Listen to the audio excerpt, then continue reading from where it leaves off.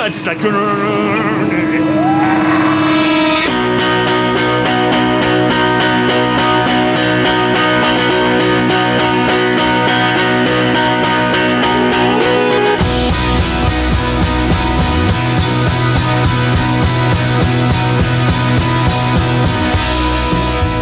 Okay, it's 1:42 a.m. It's been a really long day. We've been traveling for 17 hours.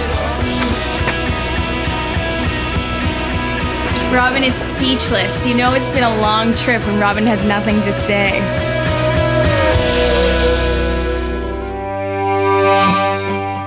Travel writers cover different beats. I tackle the quirky, cultural side of travel. I find edgy, risk-taking stories.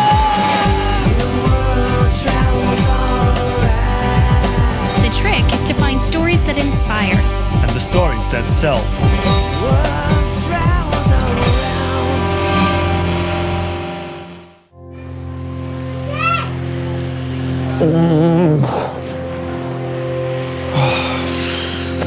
Where am I? Venezuela. Yeah, I'm good. As I wipe away the sleep from my eyes, our journey to the jungle begins. We're going to the jungle. Is that what you're gonna say? At the wheel is Chris Patterson, real-life cigarette commercial man, host to this lush new world. For years, he's been taking adventurers into the Venezuelan jungle, and he's our guide for the next 5 days. All is well racing along the road until the cars in front stop moving. We stopped by the side of the road here. Something's going on. There's the people from the village have some problem, so they've closed the road, yeah? And they're not going to let anyone through until the government comes and pays attention to what their problem is, yeah? So Jungle path? we go around. Okay, well apparently we're taking an alternative jungle route because there's a roadblock and we can't get through. Is there a shortcut there along the way? I'm looking to save time and it's so slow. Apparently they're making a demonstration because of their lack of water. We'll see how much of this makes it into the story, but it's definitely an interesting thing to include in the column that, just even getting to the jungle is an adventure in itself. Another minor obstacle. The word puddle doesn't do this thing justice. We're trying an alternative route and the road is washed out, so now we're swimming across the road.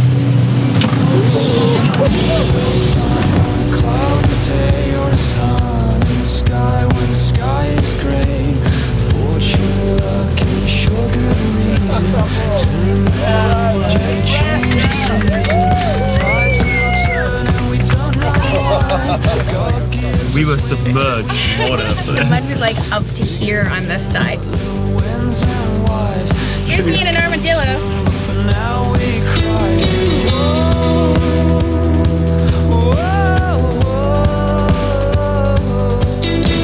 Another roadblock here, people.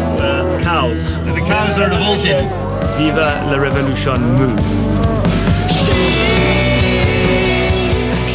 The journey has already delivered enough action for one day, and all of a sudden... Oh, we're losing power, that's it. We're going to break that.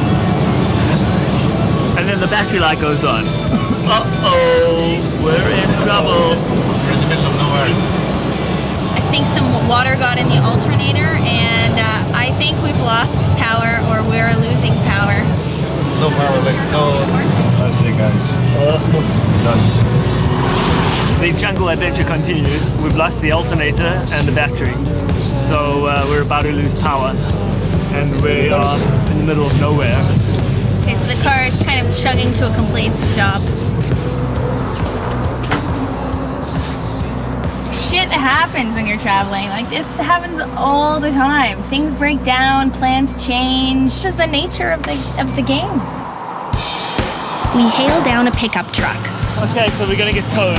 And within minutes, they tie a piece of rope to our cruiser. We're moving again. Remember, it's the journey that's important, not the destination. I'll be happy to get into the kayak. I'm looking to save time and it's so slow. true fear is being pulled by a rope at 120 kilometers an hour in a blinding tropical storm, when a single break will result in a massive collision and almost certain damage to all occupants within. Thankfully, the rain lets up and we arrive safely. We get a final taste of civilization before we journey deep into the jungle. It's the best part of the fish, you know, the eyeballs. So I've just had one and you can have the other one. No, give it to her. Give it to her. The deal is I'll eat whatever, gross eyeballs and worms and all that weird stuff. That's gross. And Robin will jump off anything. That's the deal that we've made. So let's find something to jump off now. We're off to jump off the canyon. Lots of mosquitoes already. Get to the waterfall. I'm going down. A nice after-lunch activity. Rappelling off a 28-meter waterfall. There's really nothing to worry about so long as the rope and harness do their job and people tying the rope and harness do their job. What goes through my mind right now is the same thing that always goes through my mind when I do something like this. What the hell am I doing? Robin, get a grip. Enough is enough.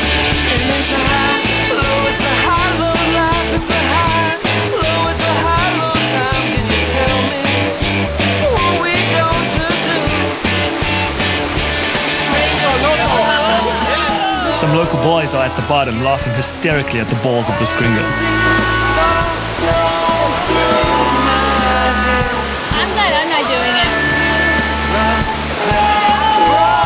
It's wet season and the water level is high, but it's hard not to enjoy yourself bouncing off a solid wall of rock as fresh water crashes against your skin.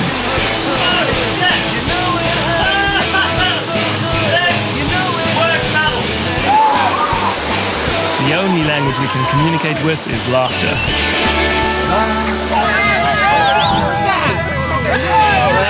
Made my day.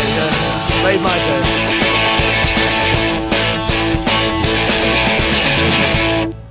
This is all the gear that we're going to need for the trip. Well, our hammocks and our mosquito net, that's going to keep all the bugs off us.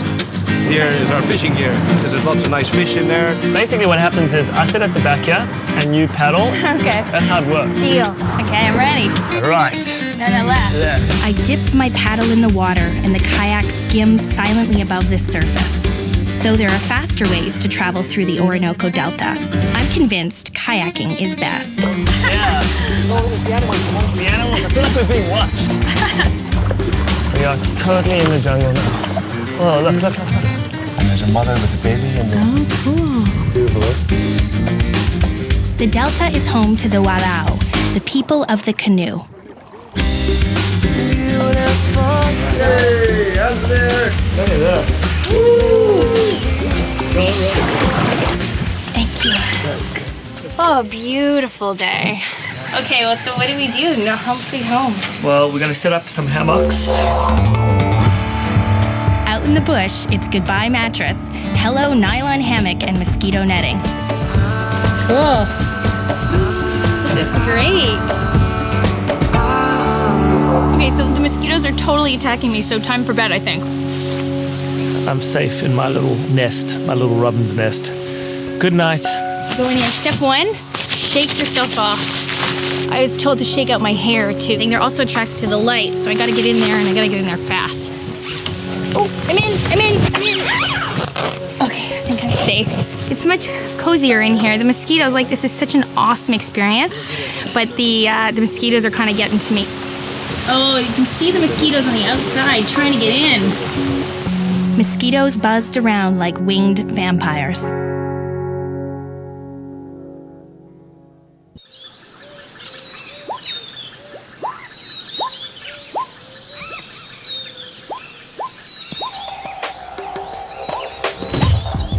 Okay, good morning.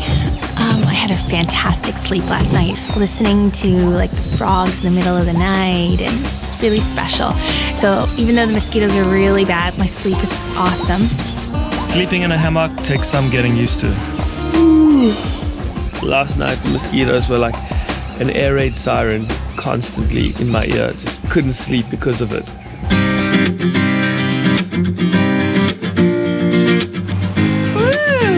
Oh, perfect. Almost perfect. spot all kinds of monkeys, bright-beaked toucans, even pink dolphins. The delta is rife with wildlife.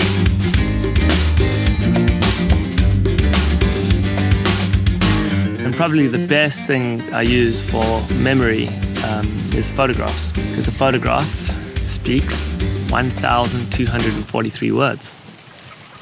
I've been using these little black books since I was about 12.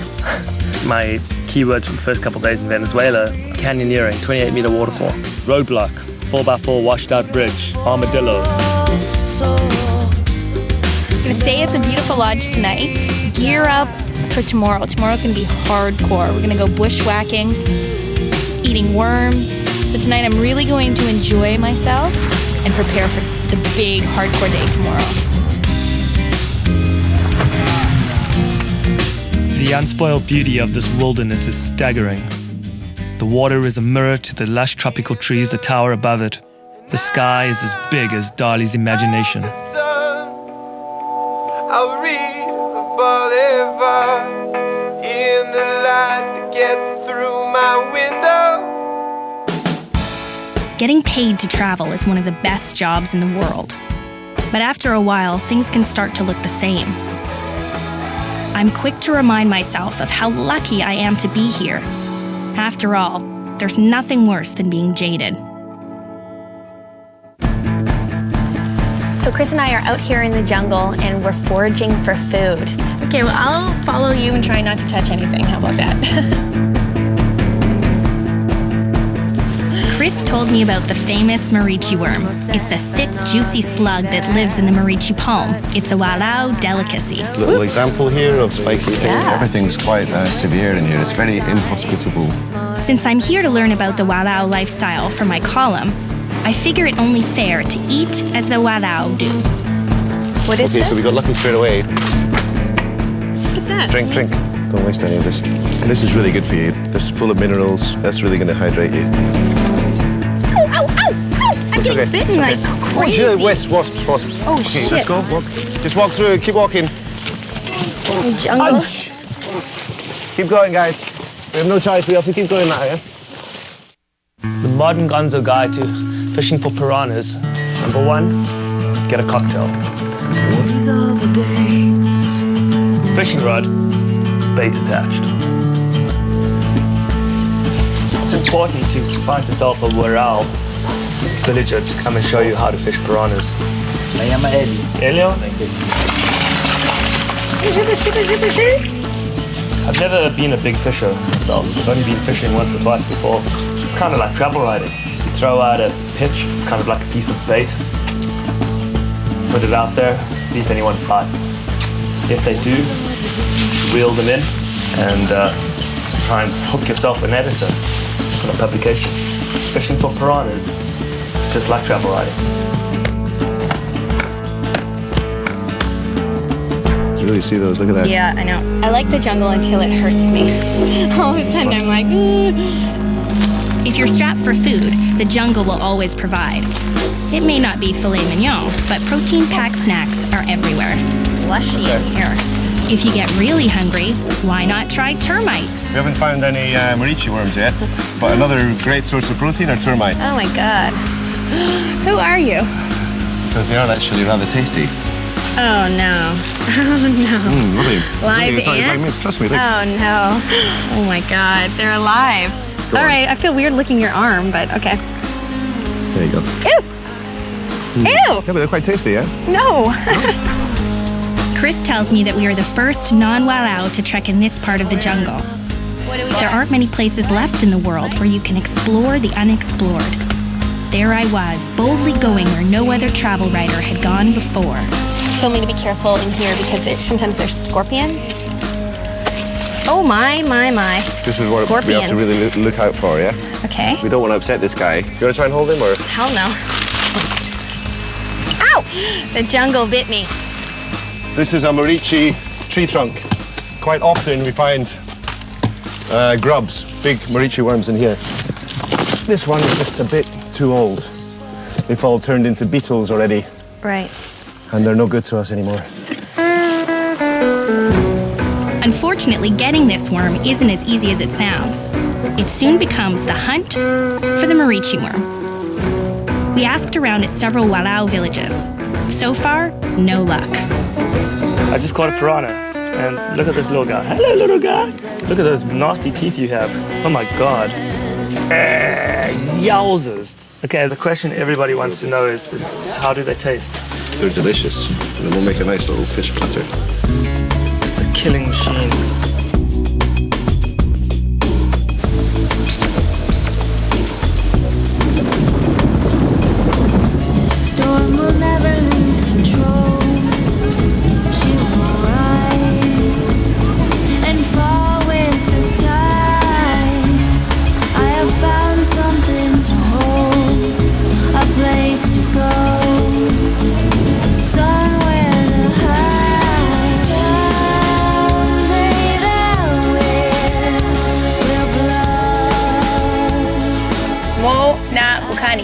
Is Waro for we're looking for worms.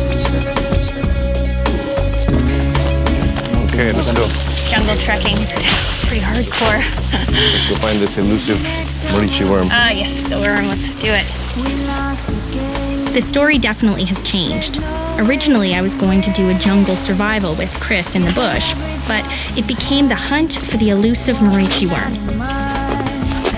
I think as a travel writer, you have to go with the flow and follow the natural linear nature of the story. This is intense, man.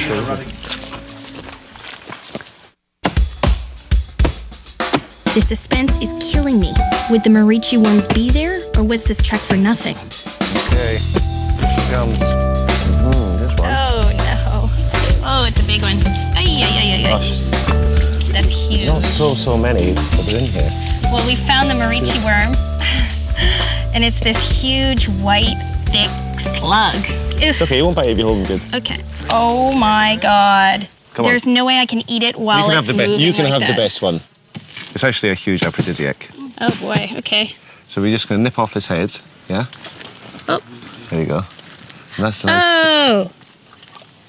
Is it still moving in your mouth? Okay, It's okay, can you it's rip not the really, head off for me? it's not that unpleasant. It's the idea that you don't really like, yeah? Okay. Eating live worm is a little strange, but it's the Walao tradition. Okay. Good girl. That's hardcore, man. Oh. Just swallow it. Swallow it, go. There we go. Well, it tastes like pulp. It doesn't taste bad. It just doesn't taste good, but it tastes like pulp. But the real thing is, like, you can't think about it. If you think that you're eating a big giant slug, I'm gonna try not to think about that. Just think about the goodness it's doing to your body. Okay, so it's an aphrodisiac. That's it. Watch out, everyone. Okay, one more. You can eat one more? Yeah. What? We'll do one more time. The thing was, since I didn't rip it off with my own hands, I feel kind of like I cheated. Okay, that's the big one. Where's the small one? And this time, do Let the me head. take the tiny one. Okay. Just Yeah. like a peanut, just rough up to it. Like a peanut, okay. Just grab his head if you need to. And then pull it. Yeah. Okay. I think she's liking me.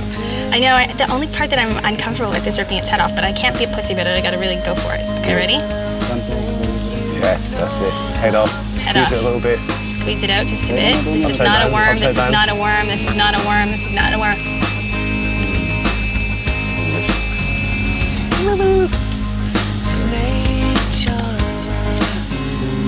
It's a worm. Okay, so high five. The elusive Marichi worm. We found it, we ate it. I'm a bit trembly, actually. I don't know if it's the adrenaline or the natural Viagra moving, but I feel a bit jittery. It began with a grueling jungle trek and finished with the ultimate of climaxes, a mouthful of gooey worm guts. We arrive at the Warao village and find a team of missionaries. They come in there, they do some amazing things, certainly with health and education, but they bring along a belief system that these people don't necessarily need or want. It makes me think about my role as a travel writer. Just as bringing a new belief system into an indigenous culture can alter its path, we can have the same effect when we encourage tourists to visit. We walk the fine line between preservation and exploitation. You know what Jesus said, and so did Buddha? do unto others as you would like them to do unto you. I totally am with you in the sense that it feels strange, and especially since we're here to learn from them and learn about their culture, and then to run into another group of people who are here specifically to change their culture. They're indigenous rural people living their lives. I just feel like we don't belong here. What we have is a really big responsibility. We have a voice. So we want to make sure that that voice is saying the right thing. The jungle has disappeared. The bugs, the river, the piranhas, the warao. A week in the jungle, so quiet, so isolated, makes our return to the city a shock to the system. I find this is a little strange. From the remote jungle to the bustling beaches of Playa Colorado, we have one more Venezuelan adventure. There's just a few things I've never done, and one of them is swim with dolphins. That's one of my dreams. I have a huge shark phobia, and there were 2 tiger shark attacks just last week. Nonetheless, I'm taking the risk to get the story and live my dream. Here we come. Sure enough, within minutes we encounter a pod of dolphins. 2 of them leap in the air as if to welcome us. This is unbelievable. This is what travel writers dream about. You can drop me at the center of the ocean. I got a rope hanging down from the sky. And hand over hand I will reach up and drop. It's living dreams, you know, living my dreams. It's amazing being on the water level with them. Not seeing them from a boat. It's high time you found a way Just hanging out here at their eye level. Seems that only after the rain the sun comes back to shine again. For a fraction of a second, I stare into an eye looking right back at me. A playful eye. An eye with soul. Watching over you, I see rain. It's just a killer story. I see rain. That was just unbelievable. You know when you wait your whole life to do something and then you do it? And it's like, that was as cool as I thought it would be. I see rain.